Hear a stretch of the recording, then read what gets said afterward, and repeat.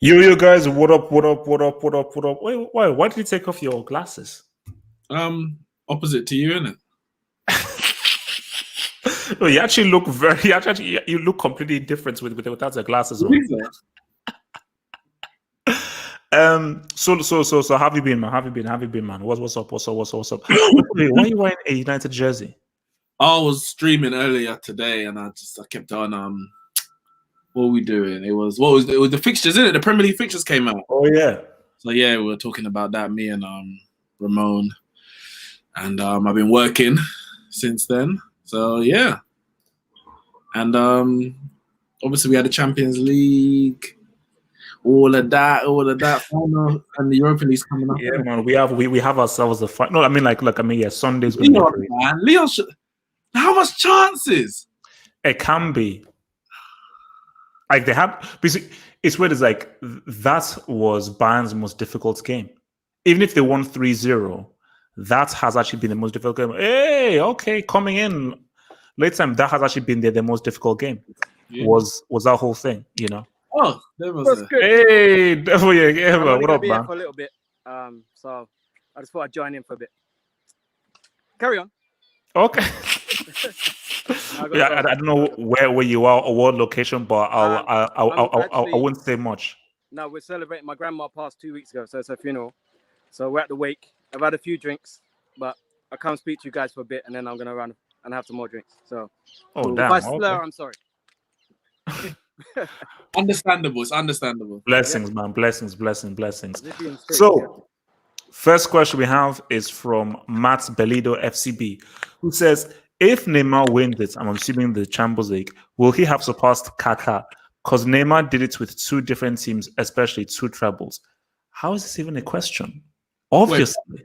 Wait, why is it? Wait, so at the moment, who would you say has a better legacy, Neymar or Kaka? Neymar. And this right as we stand. Yeah, I would still say, even if Kaka did it all off of Milan, I would still say Neymar. Based on what? Obviously, he's more popular worldwide. I get that. I would say Neymar based on his individual performances over a longer period of time.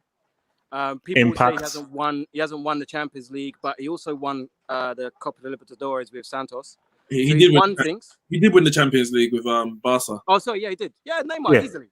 but what I would say on a different level in terms of what Kaka did with the AC Milan team, and like he was the driving force behind that side.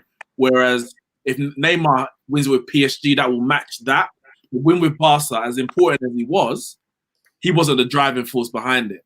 But I think definitely Neymar, even if he doesn't win another Champions League, he would definitely be remembered more in history than Kaka.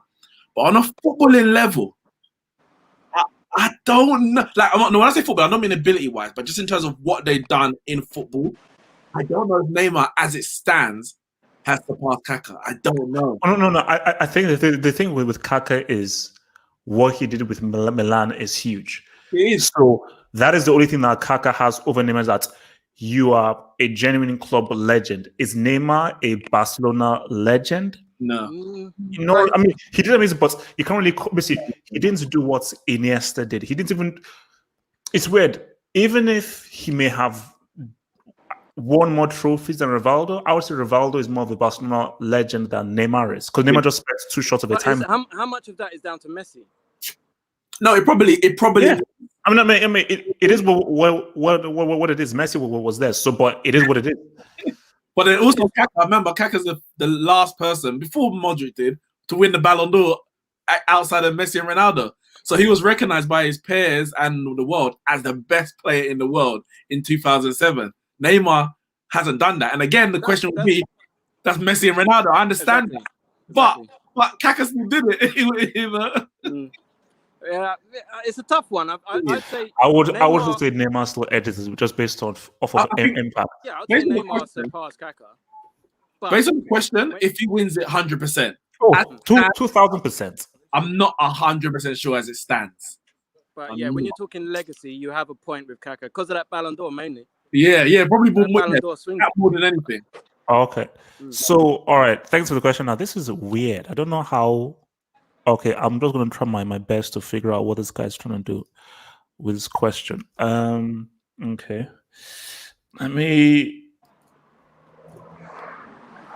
So from Driva, if players in foreign leagues played in the Premier League, would they be rated as highly as we would be able to see their flaws on a regular basis? Also, will some of the English talents be rated higher if they were in another league? Example, Trent's 13 assists would be best right back.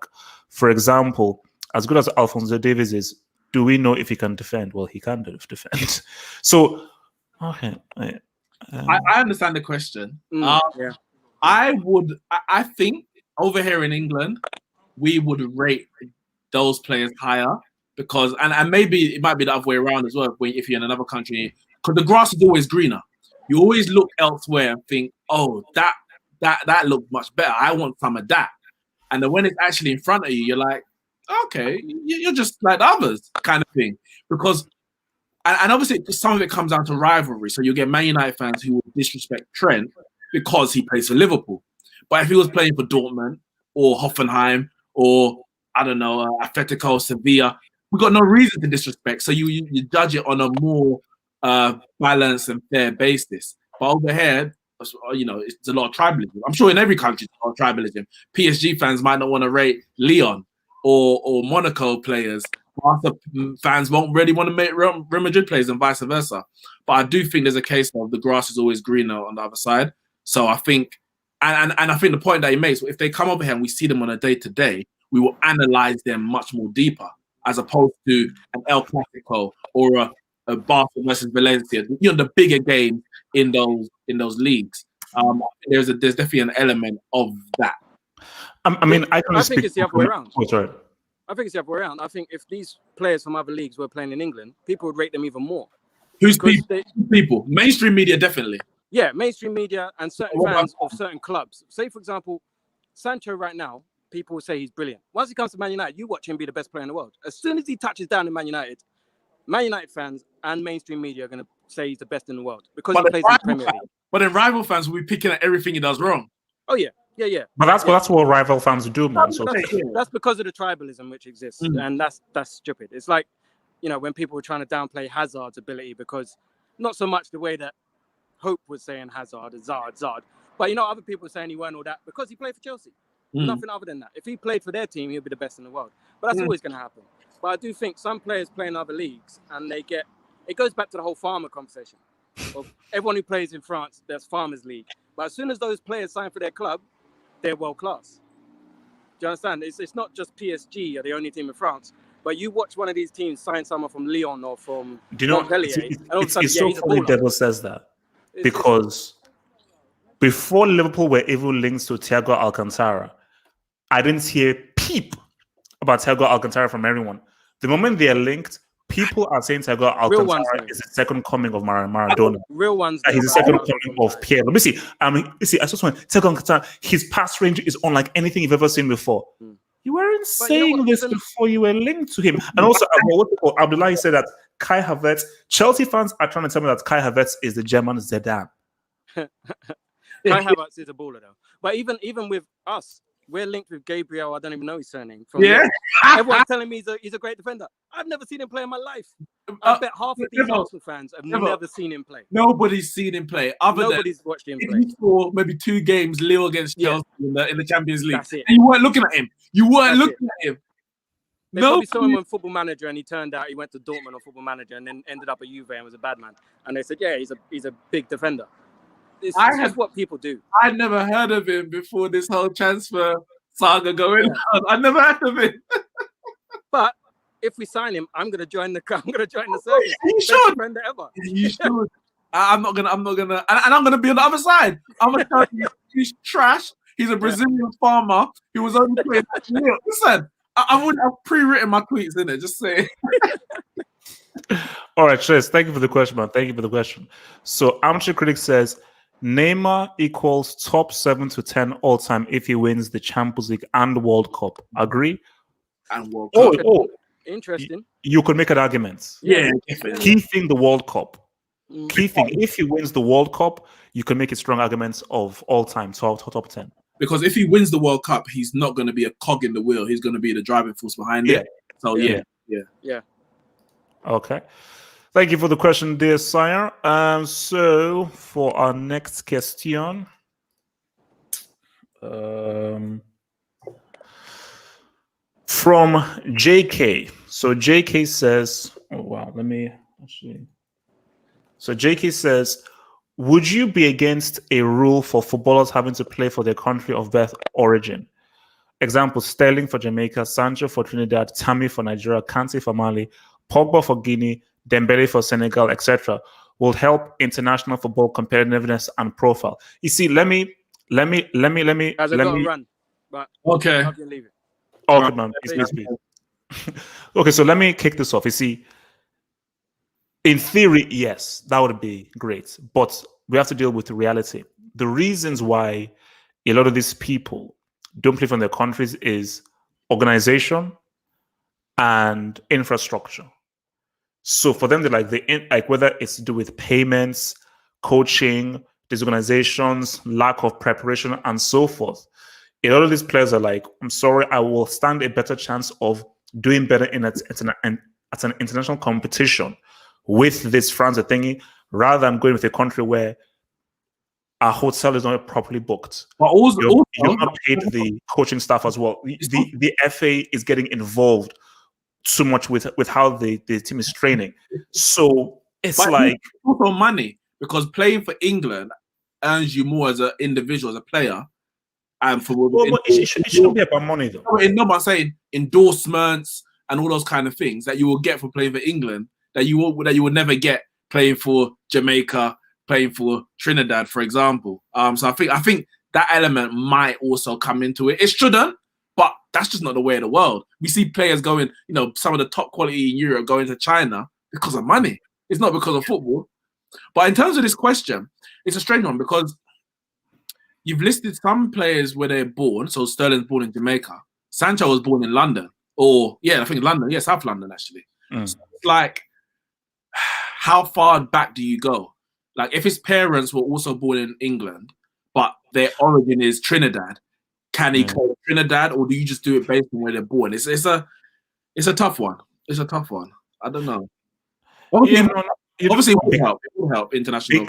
Because even if you're born in England, you still sort of need to, because which is the same for me. I was born in London, but based on Margaret Thatcher, that didn't mean that, because I had to, I think, wait like 10 years before I could apply for citizenship of England. So it's not in America, because like in America, if you're born in America, you're American, but in England, no, the rules are different. So, I mean, if they brought in that rule, I think it would help the other countries and so forth. But I look at the players, you want to do the best you can at these international competitions. And if you're being screwed over by your country's lack of preparation, I think that's unfair on the player. All right. Okay, now we have another visual. We have another visual one. I love this visual aids, man. Thank you for the question, dear sire. Thank you. From Byron, which player does this make you think of?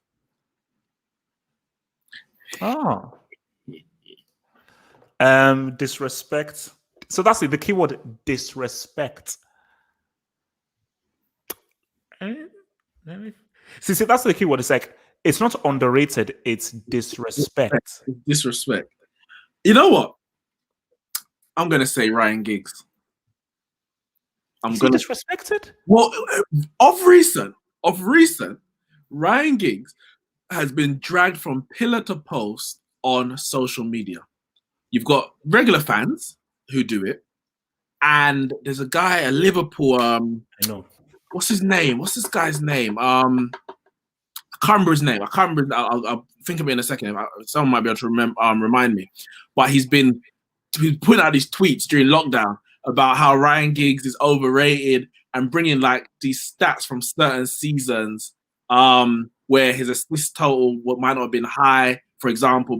And I'm like, and if we're talking about talent, when Ryan Giggs burst onto the scene, most people weren't even like, when it comes to talent, there was very few wingers of the talent of Ryan Giggs when he burst into the scene. I'm not saying he went on to be the best winger of all time. Of course he didn't.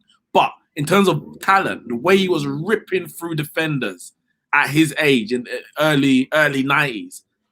We hadn't seen that in English football before. So disrespect and Rangis is a legend of English football in terms of obviously the Premier League. Man United's greatest ever player in that regard. The amount of disrespect I see him getting these days, I think it's a travesty, to be honest. For me, I'm going to give you two. One is in the past, one is at the present. I'm going to first say Kante, because some of the things that people say towards Kante, I think is quite frankly criminal.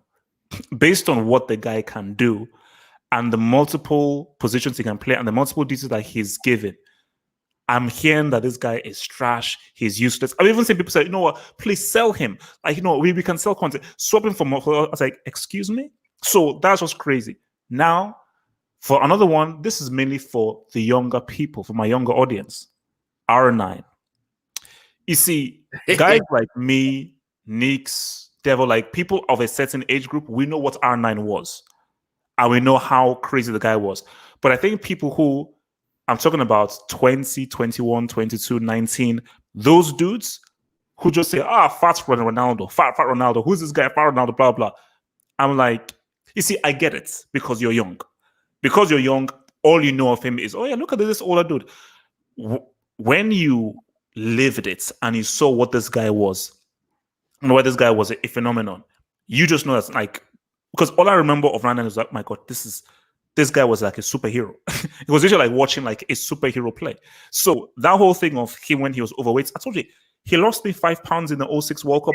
I bet 5 pounds that he would be the top scorer. Seriously, Aaron, if you're out there, you owe me 5 pounds, by the way.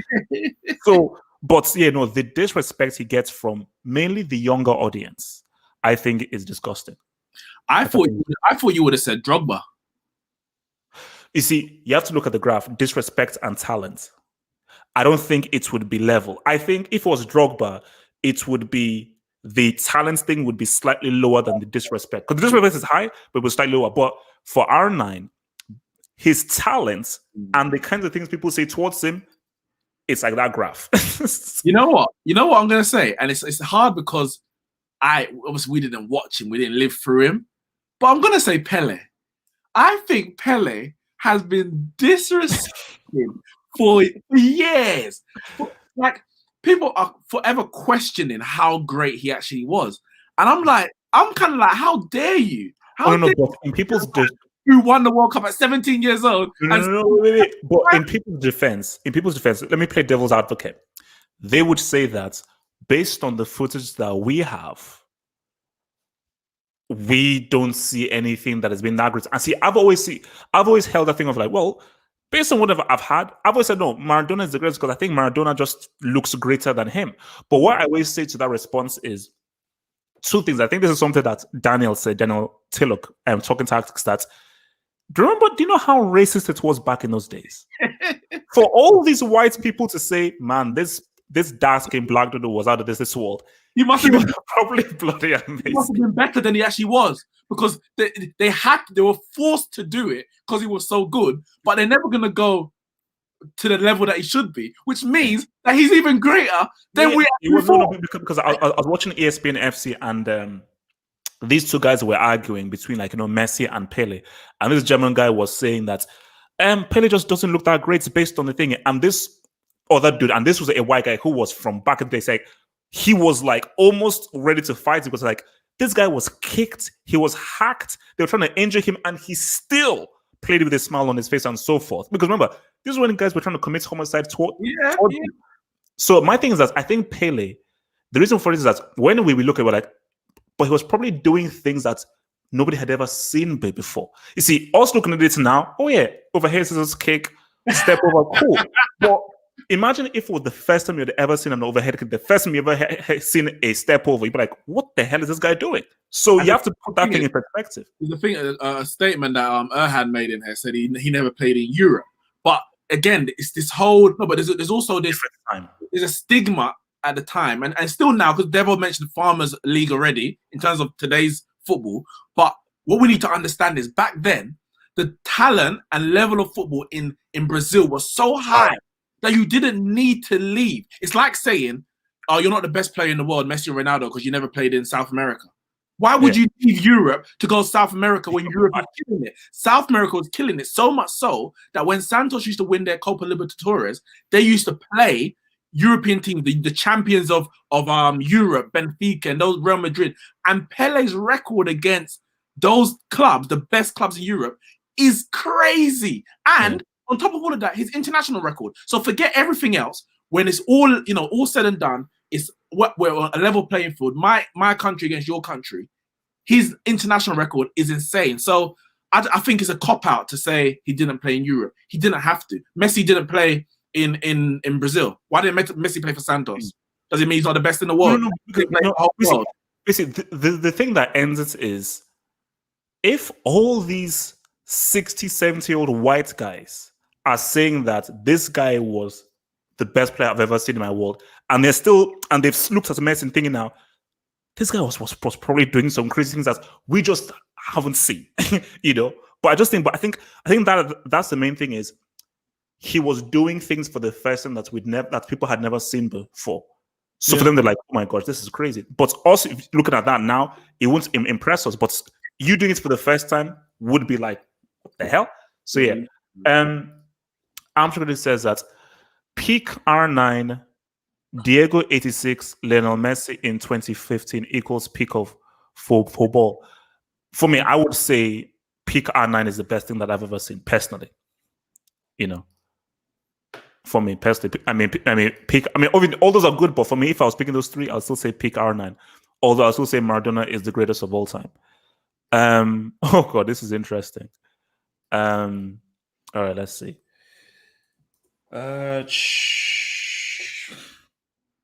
Brian, thank you for the question. Samuel LFC, which actor could play Jose Mourinho in a biopic? Oh gosh, I had the name. You know what? I would say Gary Oldman. Because first of all, they're of similar size. You could do the prosthetics well, and Gary Oldman can be anybody. Gary Oldman just needs to watch tapes of it, and trust me, Gary Oldman will get their accents, he'll get the mannerisms, and he'll get everything completely down to a T. So yeah, because I think someone asked us this thing. I think someone said, I think it was Mourinho, and if it was like a Mourinho and a Pep thingy. And there's this guy called David Straithen who I think could play a good Pep. But for me, Gary Oldman, Jose Mourinho. What about you? It's a hard one. I couldn't reel off. Rowan Atkinson. well, you know what? That's a good one because Mourinho's classic line we know is, "I prefer not to speak." And Mr. Bean didn't say a word. But I was thinking Al Pacino when I first saw it, but I'm not 100% sure. I don't know. It's a tough one. Yeah, it's Pacino. Al Pacino. I think it's a possibility, but then you could say Al Pacino for a lot of characters. Like he's such a good actor. But I don't think he would fit this. I think for me, I think Gary Oldman would be. Gary Oldman would be good because I can't really because looking for someone that has a similar kind of build. You wouldn't have to do too much with prosthetics and so forth, and has the acting skill to because you have to get his accent, his manners. You have to get all those stuff right because he has a very particular characteristic. I was thinking when I saw this wouldn't be bad. My question is Pedro Pascal. That's I don't know all these actors by name. I know obviously I know the bait one, but it's like after I just Google him. I would never know that was his name. I don't know actors like that. I know he acted in that film, he acted in that that kind of thing. But I was gonna say when I saw this question, I started thinking what other actors could play other managers, and I was thinking. Again, it's not even the actor; it's more the iconic scene. I was thinking Leonardo DiCaprio with Arsene Wenger in The Wolf of Wall Street. Oh yeah, Wolf of Wall Street. Yeah. I'm not fucking leaving. Can you imagine the amount of Wenger out talk and chants and everything? And Wenger was like, "I'm not fucking leaving." So I don't know. It didn't came to my head, but yeah. I can't think of anyone else for Jose Mourinho. I mean. Apart from Gary Oldman, I mean, Pedro Pascal is quite a good one because you need someone with that kind of edge and personality and so forth. But yeah, I'll also say Gary O. All right, thank you for the question, man. Hey, so we got a friend of the show. friend of the show. Oh, what the? So Ramsey, man, friend of the show, Ramsey, who says, "Is this transfer window regarded by Man United as successful if they fail to land their main transfer target in Sancho, but sign another player in that position, such as Grealish, Brooks, Douglas Costa?" Well, yeah, I mean, does signing Sancho have to be deemed the success? A success is, let's wait until the end of the season and let's see how well that player was. You can't say, "Oh, we signed Sancho, success," but then Sancho has a brick season, finish top four. Then what? So you have to say that, get it first, see how he plays, then you can then determine how good. Basically, when Inter Milan bought Lukaku, that wasn't a success. It was like, okay, you bought him. It's a success now. So like, yeah, this for me. I said that's the signing of the season, Lukaku. So I don't see this whole thing of, because see, that's very short sighted. That's, oh, if we buy this big player, then yeah, man, we've succeeded. It shows that we're still a big club. No, it's about results. It's okay. What would you rather have? Buy an average player who helps you have a successful season, or buy a superstar player that doesn't help you have a great season? Because you like the first one, you don't really care how you get there as long as you get there. Yeah, that's the most important thing, getting there. But what I would say, the question's a bit weird because I don't think signing Sancho, if we just tape it as a myopic term of winning a transfer window or being a successful transfer window, i.e. getting the targets you want in terms of the players or filling the positions that you need, I don't think just signing Sancho is a success, because we need more than just a right winger. So if we only sign Sancho, I'm not going to end the transfer window like, right, cool, we've done all we need to do. Players, it's up to you. I will still say no. We still need a central midfielder. We still need a centre back and probably a left back. Maybe not all in this window, but I wouldn't necessarily say it's a success. And 100%, if we were to sign Grealish, Brooks, or Douglas Costa instead of Sancho, then 100% for me it can't be a success. The only way, if we don't get Sancho, the only way I would say we can make up for that is by signing 3 other players in the key position. So you get a Grealish as an attacking midfielder, I can play on the left. You get a defensive midfielder and a centre back, or something like that. And then you can say, you know what? We weren't able to get Sancho for whatever reason, but we filled 3 other positions. And in the next summer, you either go back in for Sancho or you find another right winger, because I still feel we need a right winger, who can now fill that position. But I'm not 100% sold on Douglas Costa. I think he's a quality player in terms of talent. Wait. Who is Brooks? Bournemouth attacking midfielder. He was injured. He was out injured last season. Young guy, 23, but he had a good previous season. Okay, so out of those 3, who would you take? Grealish, Brooks, Douglas Costa? Grealish, 100%. Over Douglas Costa? Douglas Costa, very talented, but I have to keep asking, why is the guy keep flittering from club to? What was I flittering? Move from club to club and can't hold down, lack of appreciation, and I can't hold down a starting place. I have to question that to say, okay, now you're gonna come to Man United and you're gonna bang. I don't know. And for me, if we get Douglas Costa, what is that? If we get Douglas Costa, that means we've got a second choice right winger. When I said, for me, as long as Sancho is still available, you leave that option to get him open. It's like the Van Dijk and Liverpool. Liverpool tried to sign him in the summer. They couldn't get him. They didn't go and say, all right, we can't get him, so let's go and sign, I don't know, Mustafi. No, they said, all right, we can't get him in the summer. We'll try again the next transfer window. And I think that's what we would have to do if we don't get Sancho. I heard talk about Coleman as well. Like, for me, Coleman's overrated. But people... No. Overrated. Very overrated. Stay away from him. Stay away. So I think we need to be... we're in a situation now where really it's our first choice.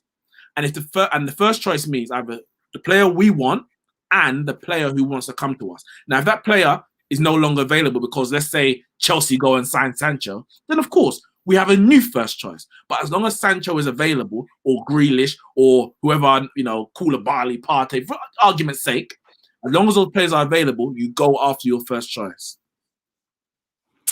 Okay. Wait, let me just hit the super chat from from Just Beston, who says, if Bayern win the sextuple, if PSG wins septuple, Barca L. Yeah.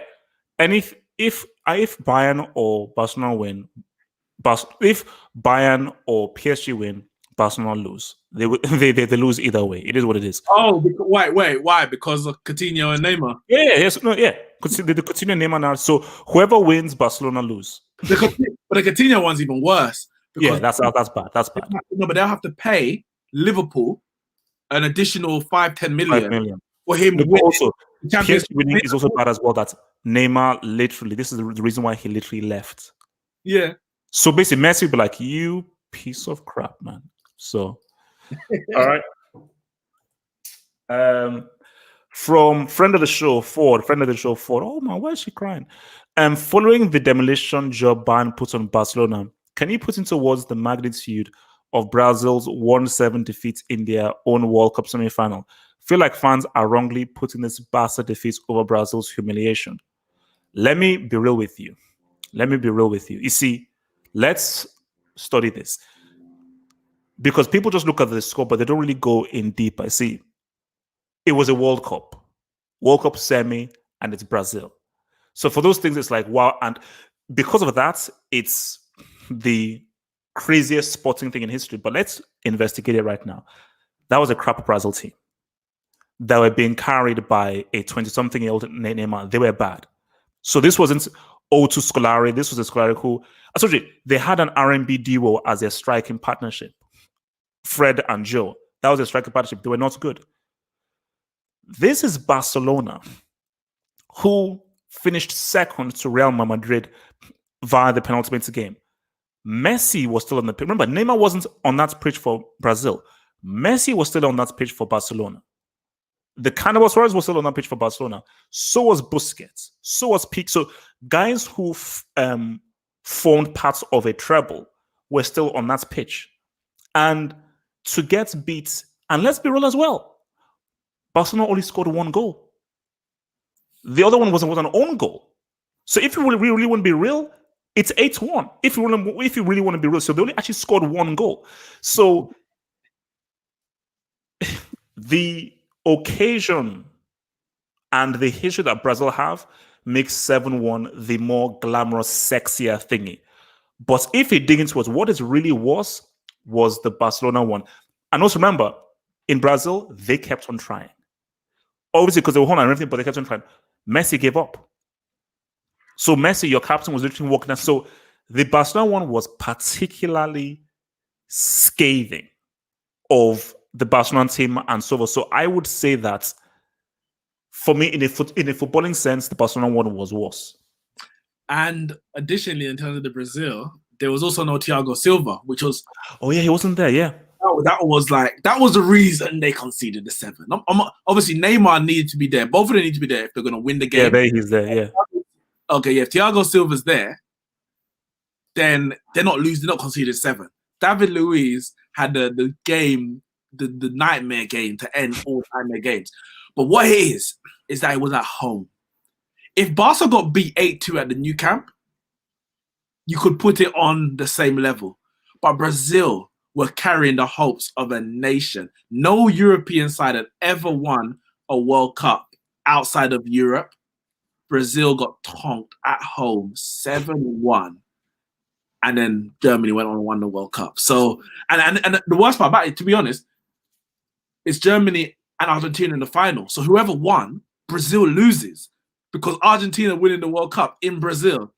And then the first European nation winning it in outside of Europe, they do it in Brazil. So I think I agree. I think on a emotional level or on a worldwide aspect, the Brazil one will hold more weight. You will never forget that.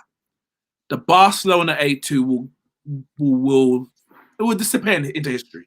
At some point, it will disappear into history. We'll remember it because we saw it, but it's not gonna be a moment, a pinned moment in history to say this. It's not actually, but let me ask you this though: if Bayern Munich win the Champions League, is there more of a chance of it being remembered?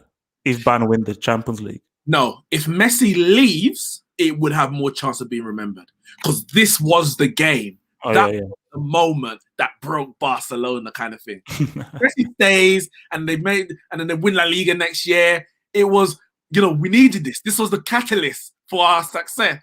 7-1 that is it. You got and also remember, you have to wait for 4 years. You know. Yeah. So yeah, I think the 7-1 will live in long memory. But let's not get away from that. Barca got battered. Barca got they got shot up. They got shot up. All right. Amchukudi says that all Neymar needed was respect after 6-1 and he'd stay. Yeah. But it is what it was. Like, it's Messi's team. It's Messi's team. Well, what was it they wanted? A better contract, or just wanted to be the focal point of the team? No, I think he wanted to be the focal point. I think, you know, and I basically it was an emotional thing of like, you know, I need my own team. Yeah, I need my own team, and then, you know, and it was what it was. But and you have to just agree with it, man. Oh gosh, here we have. I don't know whether I should call this guy a friend of the show or an antagonist of the show. Oh man, he's not an antagonist of the show. Well, maybe he's an antagonist of you. There he is. Hey. From Terry Flores, man. Terry Flores, man. Antagonist of Have Hope. Okay, antagonist of Have Hope then. So why are United and Arsenal fans twerking for rivals? Devo says, elaborate. People say overtly negative things about their own club to get traction on social media with rival fans. I'm confused. Do you want to want to elaborate, explain? Well, elaborate more. No, so I think what he's saying, and I don't disagree, where you'll get let's say, for example, I don't know, let's say Arsenal were to sign this Gabriel fella, then you'll get Man United fans or whoever they're linked with. Oh, Ed Woodward out, Glazers out, we're the worst run club in history, and then they know that it's gonna get retweets and likes because it's angry, it's emotional. So are they like, why are they doing that? Why are they not being more logical with their thinking? Are they going over the top because it's gonna get likes and retweets? Or is I get it. Yeah. Basically, similar to your beef with iTest. Yes, iTest twerks. And I'm the logical one. Yes, I agree. No. But you see, that's why it's like, you know, for some people, again, and I'm not saying, but for some people, they know that, look, this is a game. Like, at the end of the day, people want fame. If it's like, oh my gosh, 3,000 retweets, 4,000 likes. Oh, geez, I'm famous. Everyone wants to be famous, you know. And let me just keep going. Oh man, this is trash. This is horrible. Blah blah blah. You know. So, it depends what you really want. You know, if you really care about your club, there are times where no, this is what you truly believe. But if there's a consistent strain of just negativity, okay, you're playing a game now. But if there's negativity, there's positivity, there's good, there's bad. So if it's a mixture, then yeah, it is what it is. But if I'm saying where there's a consistent tone of negativity through actually saying, oh, you're raising your social media image or frame. But I agree, this is what it is, because nothing can be bad forever. So where is the positive within your tweet? If you're constantly just angry all the time, you have to ask, wait, why are you angry all the time? Is this an image you're trying to create a caricature? And people are attracted to negativity. Of course. I think there's definitely an element of that, because I do see some irrational statements. I'll give you an example. The whole David Brooks one, the player that you never heard of, the Bournemouth guy. So a news story broke saying that Man United were interested in David Brooks.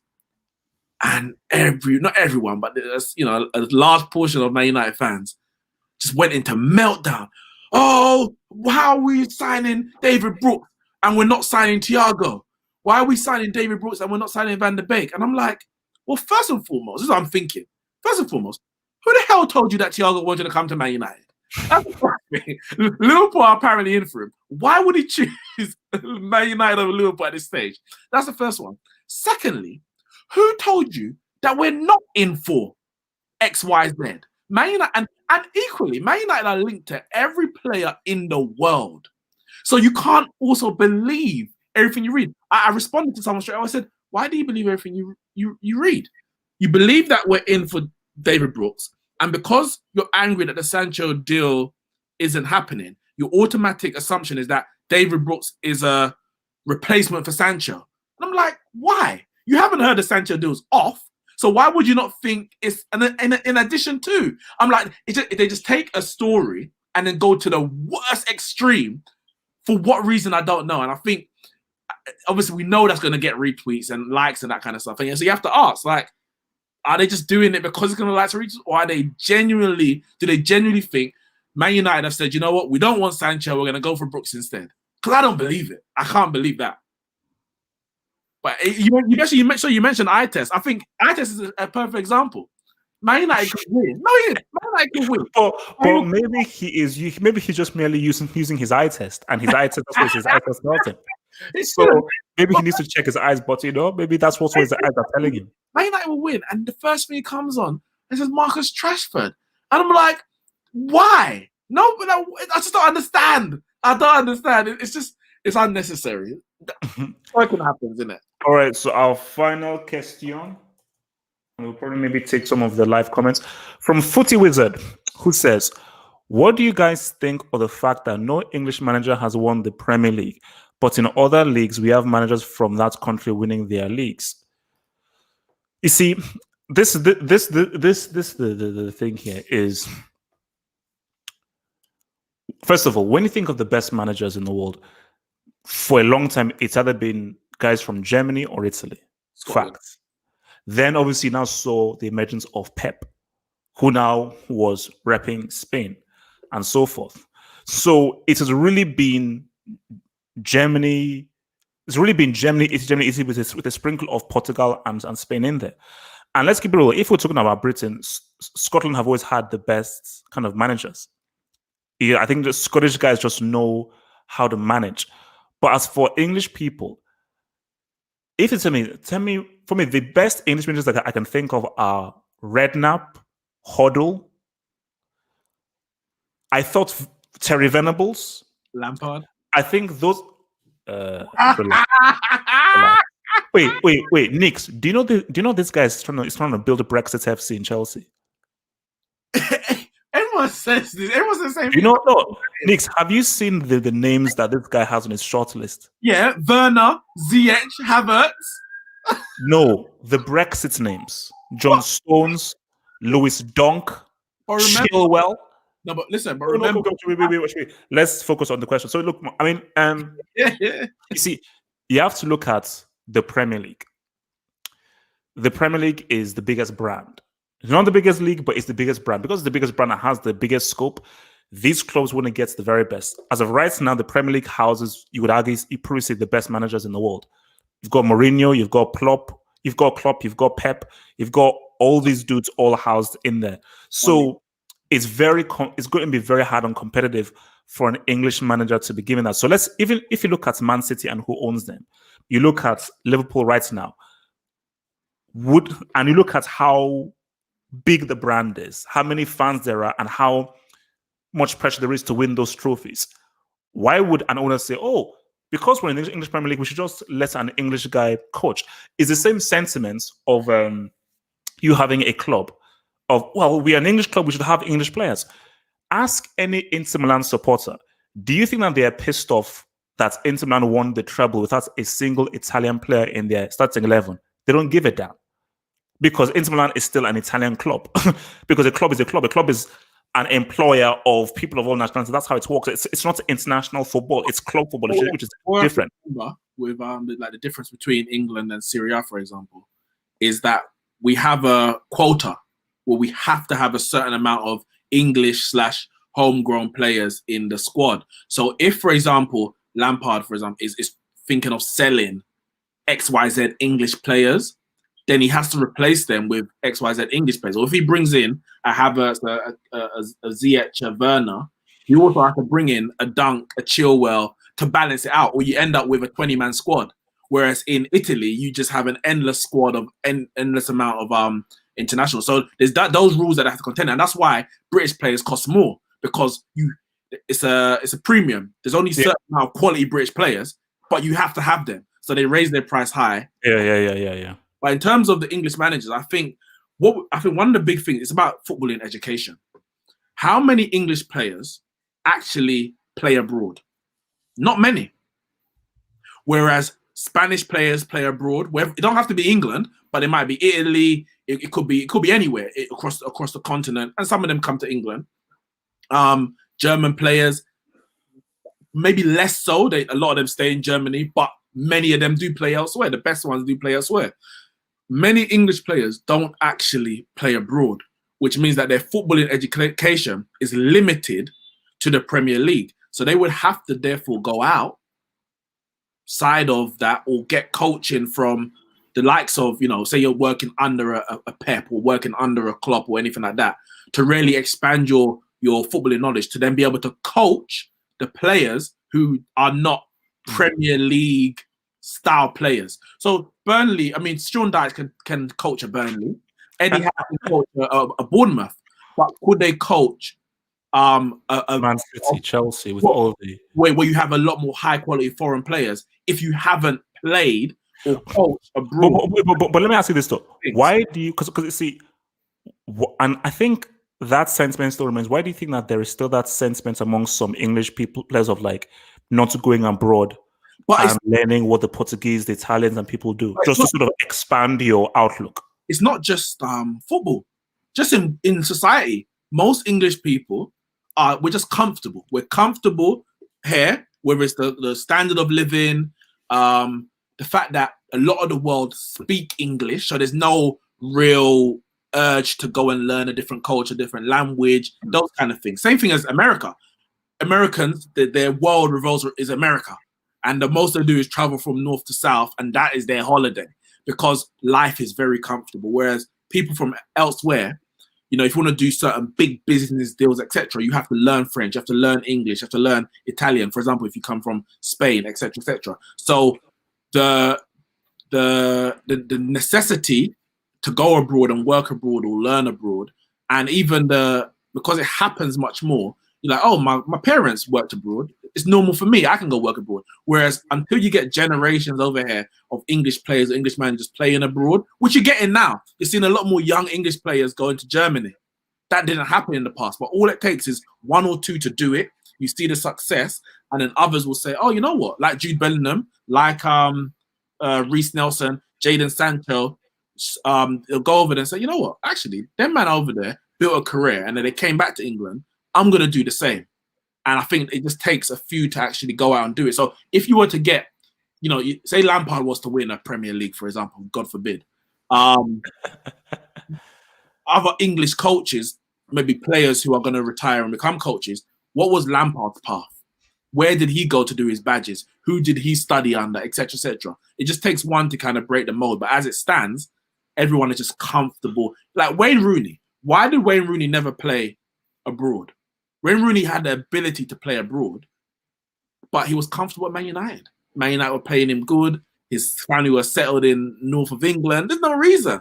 But Cristiano Ronaldo was also at Man United, winning trophies, earning a lot of money. I remember, I think we mentioned this before, that why will Real Madrid and Barcelona always attract the very best, because guys from, whether it's the Portugal, South America, and so forth, feel that you only succeed if you succeed in Real Madrid or Barcelona.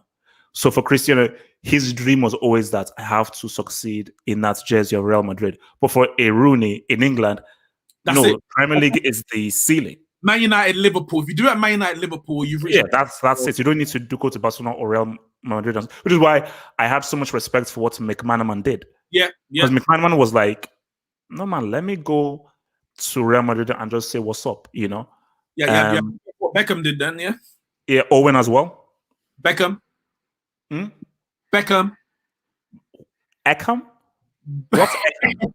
Eckham. I don't know Eckham. All right, so let's take some of your questions before we head out of here, amigos. So from Tariq St. Patrick, I hate that character, by the way. So anybody who watches Power will know. Disgusting character. Yeah. If Tuchel wins the Champions League, Mourinho and Pep in the mud, Tuchel, what? Nah, you can't. How? You can't say that. No, that is a rancid garbage sentiment. Well done. To win a Champions League is not easy, but you can't say that. You can, if he wins it back to back, you can maybe. Yeah, like Pep has 2, Mourinho has 2, Tuchel will have had 1. Yeah. So how does that make it better? Nah, sorry guys, no, wrong, absolutely wrong. From Totally Awesome, Barca are officially our side chicks.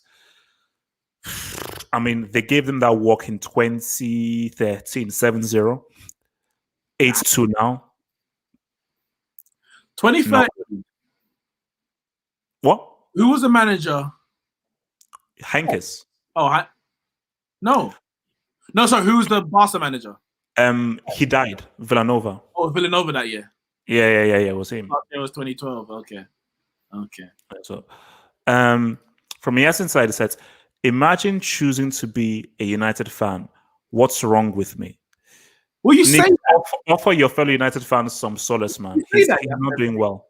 But, you know, I'm sure you're older than 7 years old, which is the length of time since the decline. So you've enjoyed, surely, 10 plus years. I don't know how old you are. 10 plus years of unprecedented success. So I would never regret being a Man United fan. Listen, I've seen it all. We've won it all. We've actually won it all. And I've lived, like, you know, when in 1999, I was young, I was 8 years old. I remember winning the Champions League, but I didn't live it in the same way. Then we won it in 2008. So then I experienced it in a different way. I remember winning the Premier League back in Van Nistelrooy, early 2000, 2003, and then 2013, 10 years later. So listen, I would never, yeah, at the moment it's a bit tough. You know, social media is a very peak place, and listen, it gets rough out there. That's why no. Let's tell you from my point of view. Growing up in Nigeria, one of my first memories was United always winning. So basically, my brother, he's not into it now, but my brother was obviously a big United fan because he loved Cantona. And I think because he was a big United fan, and I just had to be opposite of him, I just, basically, put it this way, I hated United first before I liked Chelsea. Because my brother was so obsessed with United and Cantona and everything. So you have to understand that the success just equaled United. So this is a long time coming in terms of at last. Because these guys, all United did was just win and win and win. They would lose, then they come back and win and say, this. So right now, people have been waiting for this for so long. So yes, I said, you don't know how good you had it. Okay, you don't know how. Why do they call it glory, glory, Man United? We had it good. So United had it very, very good. The only club who had it like us is Liverpool, and I wasn't alive when they had it. Yeah. So we've got to listen. We've got to be grateful, but it doesn't mean that we should rest on our laurels in the sense that, well, we've done it, so I don't have to do it again. No, I want to feel that again. I want to be able to, because 2013, I think I had Twitter for about a year. When we won it, yeah, I posted some stuff, mainly on Facebook more than Twitter. When we win the Premier League again, you lot are going to block me on Twitter. I'm telling you. Nobody can. Listen, Liverpool fans have done their bit. But I'm like, listen. Yeah, no. Liverpool fans have gone in, man. They've gone in. When we win it, no one can chat to me. We could lose the game, and I'll send a Premier League. So just to let you guys know, remember, in the description box below, YouTube. So thank you for all the guys who've subscribed. Remember, if you haven't already, hit and subscribe to the Football Dugout YouTube channel. We now officially have our YouTube channel. Obviously, you can see that our first show is scheduled for the eve of the Premier League opener. And yeah, man, just sub. If you haven't already subscribed to the Football Dugout YouTube channel, hit the link in the description box below. Or if you search on YouTube Football Dugout channel, you will see the logo pop up, like I think in the 4th or 5th or the 6th. Also as well, do you know about 4 or 5 guys have the flipping name? Javen said that it was no one else has the name. I saw on when you search in YouTube, all these other things come up. But I think you have to literally type. If you type in the Football Dugout channel. No. If you type in Football Dugout channel, I think it's like the 4th or 5th thing. You will see the channel pop up. But someone already has the name. So maybe we have to call ourselves the Football Dugout of the football. Or some kind of crap like that. Hey, there you go. Yes, thank you, Neeks. I needed that. You're welcome. The comment below that from Los Colchoneros, how do you say it? Neeks looks 21. Even with this big beard. Maybe when I cut it and I lose a bit of weight, I might look 21 again. But okay, so let me ask you this then. Wait, I'm 29, so I'm going to be 30 next year. I expect gifts, presents, super chats, membership, all of those kind of things over in Neeks Sports. So I'll be watching out for you lot. I'm 29. Remember, next year. Oh, no, trust me. Once you hit big 3-0, don't begin with. But you know what? It's you. It's trust me, from 30, you become a lot more wise. So let me ask you this, man. So on Sunday, what's your feeling on Sunday, man? How are you feeling for Sunday? First question. When's the Europa League final? Tomorrow. Tomorrow. Oh. Okay, I didn't watch the other semi-final because obviously it's a crap competition when you're doing like that. Yeah, hater. Yes, I am. I mean, I hope PSG win. I really do. Sorry, I really do. I love Neymar. I love Mbappe. I think it will be great for football if those two win it. Wow, it's so hard to see past Bayern. You know what? I say it's so hard to see past Bayern. It's not. Before the Lyon game, it was so hard to see past Bayern. Right now, I still make them favourites. But I saw some deficiencies in the Barca game. Lyon should have scored at least 3 goals. I saw deficiencies in the Barca game. Barca should have been 2-3-1 up before Bayern really got into gear in that game. They missed a lot of openings, a lot of chances. But Lyon, they should have been about 2 or 3-0 up before Bayern scored their goal against a run of play. So but Neymar and Mbappe have been missing chances, man. Well, Neymar needs to put on his shooting boots because in the last 2 games he missed about 5 or 6 1-on-1s. And against Bayern Munich, you ain't gonna get 3 or 4 chances. I don't think so. So yeah, they need to be clinical. Mbappe, he wasn't great against who did they play? Leipzig. He wasn't great. He was all right, but a lot of his touches were lit. He just looked a bit off. Oh my goodness, they're back. How are they back? Guys, how are these guys back? Get these guys out here. Black Lives Matter. You lot write some stuff. Yasser, Splashnet, Just Beston. You lot write some stuff. Black Power. Why do they wait? Is it that these guys have identified us on like a special list or something? So Football Dugout is now a list where we should now come. I know what all of these mean because I searched it, guys. I know everything you're saying. You're racist mothers. I'm not gonna even get there. Look at these guys. Wait. Let me stop these guys. So, sir, how did they just find their way in here? It's like I want to know where they actually come from. That's the thing. Some bots or something. It's like stop saying what the F and write something to counter it. You can't just let them take over the chat. This is your channel, guys. This is your channel. It's your channel. Come on, man. This is your channel. I don't know. It's like they.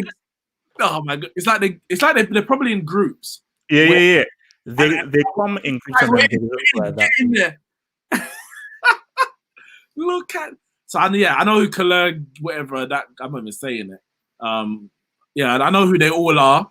They're racist, far right people groups. I know you lot. I know who you lot are. Yeah. What do you want to call them? You're keyboard warriors. You're keyboard warriors. Because if I call you outside, you ain't saying that to me because I am decking you one. It's not happening. They would always do this behind a keyboard. That's the thing. And it's like you couldn't do this like in the real world. That's the thing. You could not do this in the real world and everything, But these guys are you know what's funny? They came at the same time last time, innit? Right at the end of the stream. Time, right at the end of the stream. Yeah, it's wild, man. So while I just get rid of these guys, who are you singing for Sunday then? You need to do your rant. You said last time we're taking all your women. That is the issue, though, is that they are angry that we are coming in and we're taking all of their wives. Guys, I'm sorry. Your women love us. Okay, your women dream. So while your women are sleeping in your bed, they're dreaming that, man, can I get this flipping old ass dude away from me and give me some of that dark skin, man? Sorry, man. Look, man. This thing is it's too strong, man. It's too strong, man. It is what it is, man. It is what it is, man. So you can keep saying WLM all you want, but guys, man, it is what it is, man. It's too strong for you, bro. Too strong for you. Someone says to disable live chat. Can you do that? But also someone said get a VPN, so maybe look into getting that as well. I don't know how that all works, to be honest. It's amazing. Like for me, what I want to know is that why do they target this show specifically? How have we been on? How have we gotten on? To the page that UK nationalists, we have taken over your chat, but you are taking over our country. Damn right, we ain't going nowhere. Marcus Garvey said, "Until Africa, the whole world is my province. Until Africa and all Africans are free." You lot went into Africa and you enslaved and you colonized and you went to the Caribbean and you did the same thing. You went around the whole world, and now we're here. You go back to Africa. People have been born here though. You told us to come here and build your country because you lot couldn't build it yourself. We built your country, so now we are here, and you can't get rid of us. You can't. What are you gonna do? What are you gonna do? Booga booga. What are you gonna do? Nothing. Nothing. Oh, I love it. Don't click any super chats. Oh no. Thanks for the cash. Yeah, pay up. Pay. I was like, you're so racist and everything. You're sending money to me to send racist things. What if? Okay, cheers. Okay, I mean, no, but it's look, guys. I'm sorry. Like, you don't understand. Blacks, we are, man. Okay, we're coming in. We're doing our thing, and you see, envy and jealousy isn't good. Envy and jealousy isn't good. You build crime. Listen, you lot are all criminals. You go around the world, isn't your crime? And when you get criminals over here, you send them to Australia, down under, and kill off the Aborigines, and you put all your criminals there. You lot have done this. We are here. We had to build this country for you. You're lucky we came. You're lucky. Imagine we went back to Africa after the Caribbean. Imagine. Oh, God, it could never happen. Now they're responding to me. I love it. I love it. You lot came here on your own agenda, and now you're getting to debate with me. Now you're getting to no, but basically, it's like it's basically insecurity, man. It's basically just insecurity. We built this. This is our country as much as it's anyone else, if not more. We built this. Because what I always say, because if you now say all these guys go out to Africa, will you people do all the nursing work, all the cleaning work, all the menial jobs? No, you won't. So your country will fail, which is why your own what it takes to what you guys to go through. Learn about Mary Seacole and what she did in the war when you were at war and she was saving your troops. Remember, forget Florence Nightingale. No thanks for electricity. Electricity. Do you know who Thomas Edison made the light bulb? Cool. Lewis Latimer created a filament of the light bulb that allowed it to burn for hours. Those light bulbs used to blow. But they wouldn't teach that in those schools, man. They wouldn't teach that in their schools, man. Garrett Morgan made the telephone and the traffic light. You lot used to crash out on the streets because you get to junctions and you don't know whether you're going to go left or right. And Garrett Morgan, black man in America, built and created a traffic light. Benjamin Banneker made the first clock. Benjamin Banneker from the Dogon people in Africa, he built the first clock. You lot couldn't even tell the time. Oh my goodness. I don't believe it. Yes, weeks forever. Weeks forever. Weeks.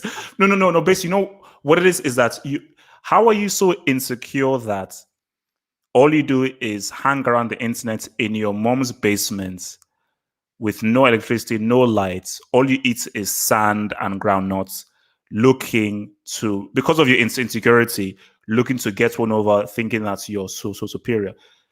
That just shows your insecurity. That just shows your insecurity. And guys, look, you've basically unleashed weeks. You've come in here, tried to do a thing. Instead, if you look at the live chats, it's basically weeks all day. So you just unleashed #weeks. I cleaned them out.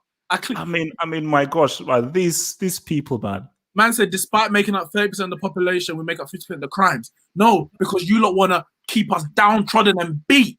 When Malcolm X was asking, he said, no, Malcolm X said, we don't want integration. We want separation because you've enslaved us and colonized us and had us down pressed for so long. We want to separate from you. And what did you do? You brought us in and incarcerated us. I see you. I see you. Yeah, they're all gone now. Look at them. Look at them. Look at them. Oh no. Basically, Get rid of Felix Azarov. I think he's the last one. Felix Azarov. Get rid of him. Have hope. He's the last one. Felix. Wait, where's 9:06 p.m. He sent a message back based or something like that. Felix Azarov. Get rid of him. All right, I'll try again. I mean, look, man, these guys are just. I mean, how sad can you be, man? How sad can you guys be? No, but basically, the reason why I like that is that, you know, whenever people say, "Oh my gosh, racism is just all in your head," there's no, because you know, especially in England, English people will say, "Oh no, racism is not in England; it's only in America. We don't have a racial issue or problem." Most of these guys are, because I saw their flags, it's in England, and it just shows that there are still people that have and share these kinds of archaic. So racism can never end. No. All it does is that it evolves because it is a disease that is just in there within us. But for these kinds of people like hardcore right wing, it's insecurity. Mm-hmm. Because you have to feel insecure because black guys, we're fine, we're doing a football chat and everything. But you think about this stuff 24/7 because you're afraid and you're scared. Because you know when you're afraid and you're scared, look around. Mixed race. White women are running to these black guys.